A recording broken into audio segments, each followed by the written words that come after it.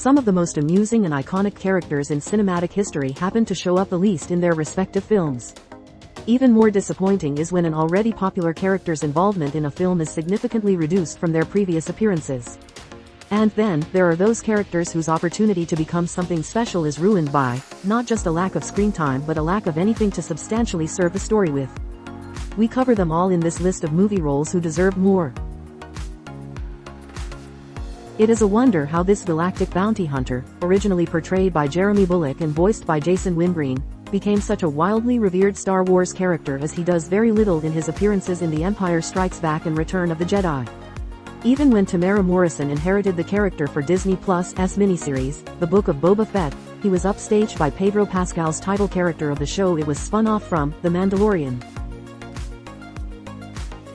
Academy Award winner Javier Bardem's brilliant performance as elusive cyber-terrorist Raul Silva in 2012's Skyfall comes in pretty late into the plot. While the payoff to the preceding build-up is effective, the otherwise acclaimed Daniel Craig-era James Bond film could have potentially benefited from more of his cat-and-mouse game with 007. Writer and director Greta Gerwig's Oscar-nominated Little Women is considered one of the strongest adaptations yet of Louis May Alcott's celebrated 1868 novel. However, even its most adoring fans may agree that the March sister who gets the least time to shine in the 2019 period drama is Beth, portrayed by Eliza Scanlon.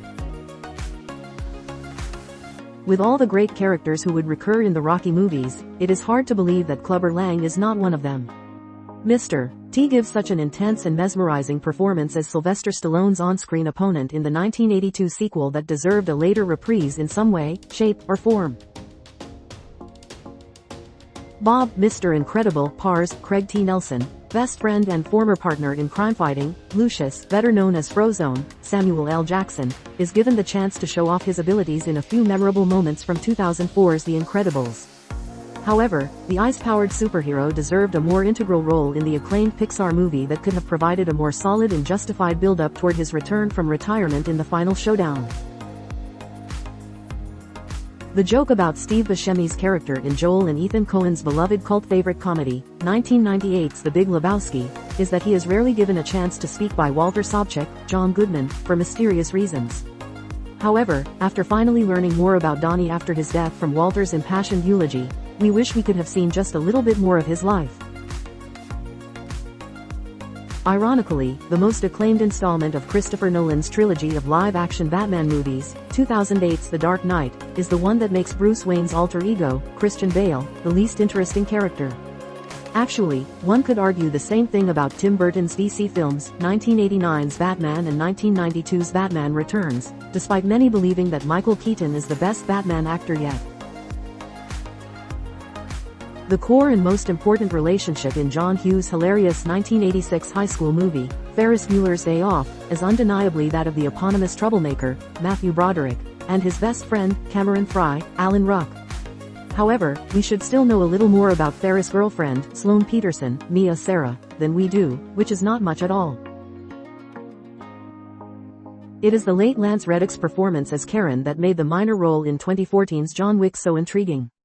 However, it was not until 2019's Chapter 3 Parabellum that we finally got just how hard-boiled the Continental's loyal concierge can be.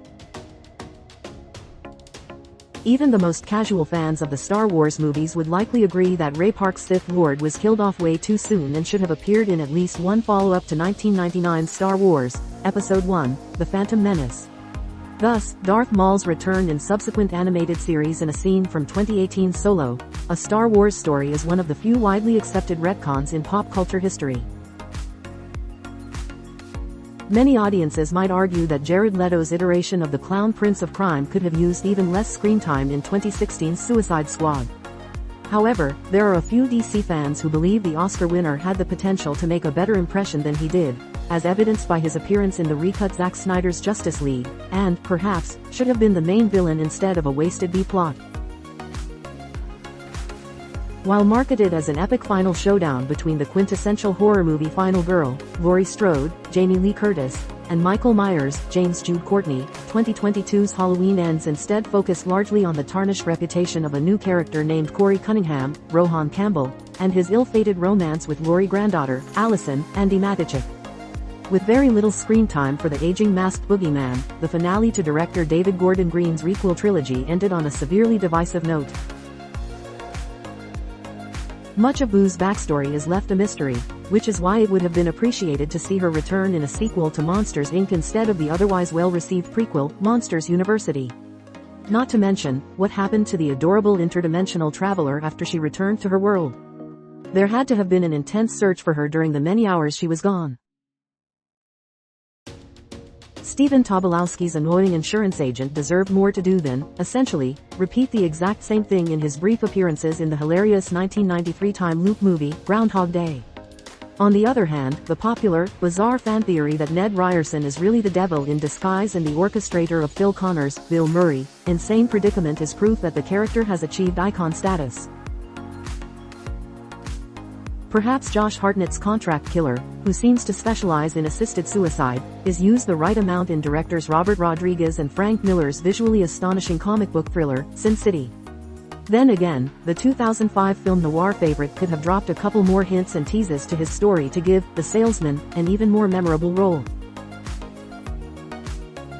Considering she was played by an actor who resembles a sultry, Silver Age femme fatale, Christina Hendricks' role in Nicholas Winding Refn's 2011 neo-noir thriller could have been iconic. Perhaps she could have if Blanche was given more than a page's worth of dialogue in her 3 scenes from Drive. When you cast an actor who has absolutely mastered the art of portraying villainy like Mads Mikkelsen as your antagonist, you better give him enough material to deliver. Unfortunately, the vengeful sorcerer Caecilius is mostly an afterthought in the MCU's Doctor Strange, the origin story of Benedict Cumberbatch's surgeon-turned-sorcerer supreme, and is an even less memorable villain than Dormammu, who only shows up for one fun scene. He was the face of the marketing for, arguably, Blue Sky Studios' best animated movie but is treated as an afterthought, appearing in funny interstitial bits outside of the main storyline. At least Scrat, whose name, a combination of squirrel and rat, is never even explicitly mentioned in any of the Ice Age movies, got to be the star of his own short spin-offs. Obviously, the star of director Chris McKay's 2022 horror comedy movie is Dracula's eponymous familiar, Renfield, Nicholas Hoult. However, the film does not spend quite enough time exploring his one-sided, abusive relationship with the ruthless vampire, who is portrayed brilliantly by Nicolas Cage. A fictionalized version of the Harry Potter movie's Hermione Granger actor only shows up for one scene in This Is the End, in which she assumes a house full of male celebrities have ill intentions for her. Yet, it would have been fun to see much more of Emma Watson and her skills within acts against the nightmarish circumstances outside in Seth Rogen and Evan Goldberg's 2014 post-apocalyptic comedy. Some fans of the Marvel movies might say that Christian Bale's vengeful antagonist is the best thing about Taika Waititi's follow-up to Thor, Ragnarok. Unfortunately, Gore the Godbutcher's screen time in 2022's Thor: Love and Thunder is, much like the tragic deaths of his family, not justified. In one of the best Disney animated movies from the 2000s, 2001's Atlantis, The Lost Empire, ambitious linguist Milo Thatch, voiced by Michael J. Fox, is recruited onto an expedition to find the eponymous fabled kingdom by the wealthy Preston Whitmore, John Mahoney. His personal assistant, the attractive Lieutenant Helga Sinclair, Claudia Christian, is considered the secondary antagonist of the story but boasts far more charisma than the main villain, Commander Lyle Tiberius Rourke, James Garner. The final installment of Sam Raimi's Spider-Man trilogy is one of the most essential examples of the superhero movie genre's too many villains trope, with 3 villains fighting for screen time. The one with the most engaging and sympathetic arc, and thus, the one who, arguably, should have been the only antagonist, is Flint Sandman Marco, Thomas Hayden Church, whose biological makeup becomes bonded with sand after a bizarre accident. The most deeply underrated character in director Martin Scorsese's Taxi Driver is easily Peter Boyle's Wizard. The wise veteran cabbie is one of the few characters in the bleak 1976 drama whom Travis Bickle, Robert De Niro, could genuinely call a friend and, perhaps, if he was around more, he could have helped steer the disturbed former Marine in a more favorable direction. Judd Hirsch's Academy Award nomination for portraying a fictionalized version of director Steven Spielberg's granduncle in 2022's The Fabelmans was well-deserved. What the character, Boris Podgorny, really deserved, however, was to play a larger role in the story, as long as it would be accurate to the semi-autobiographical story that the esteemed filmmaker was crafting.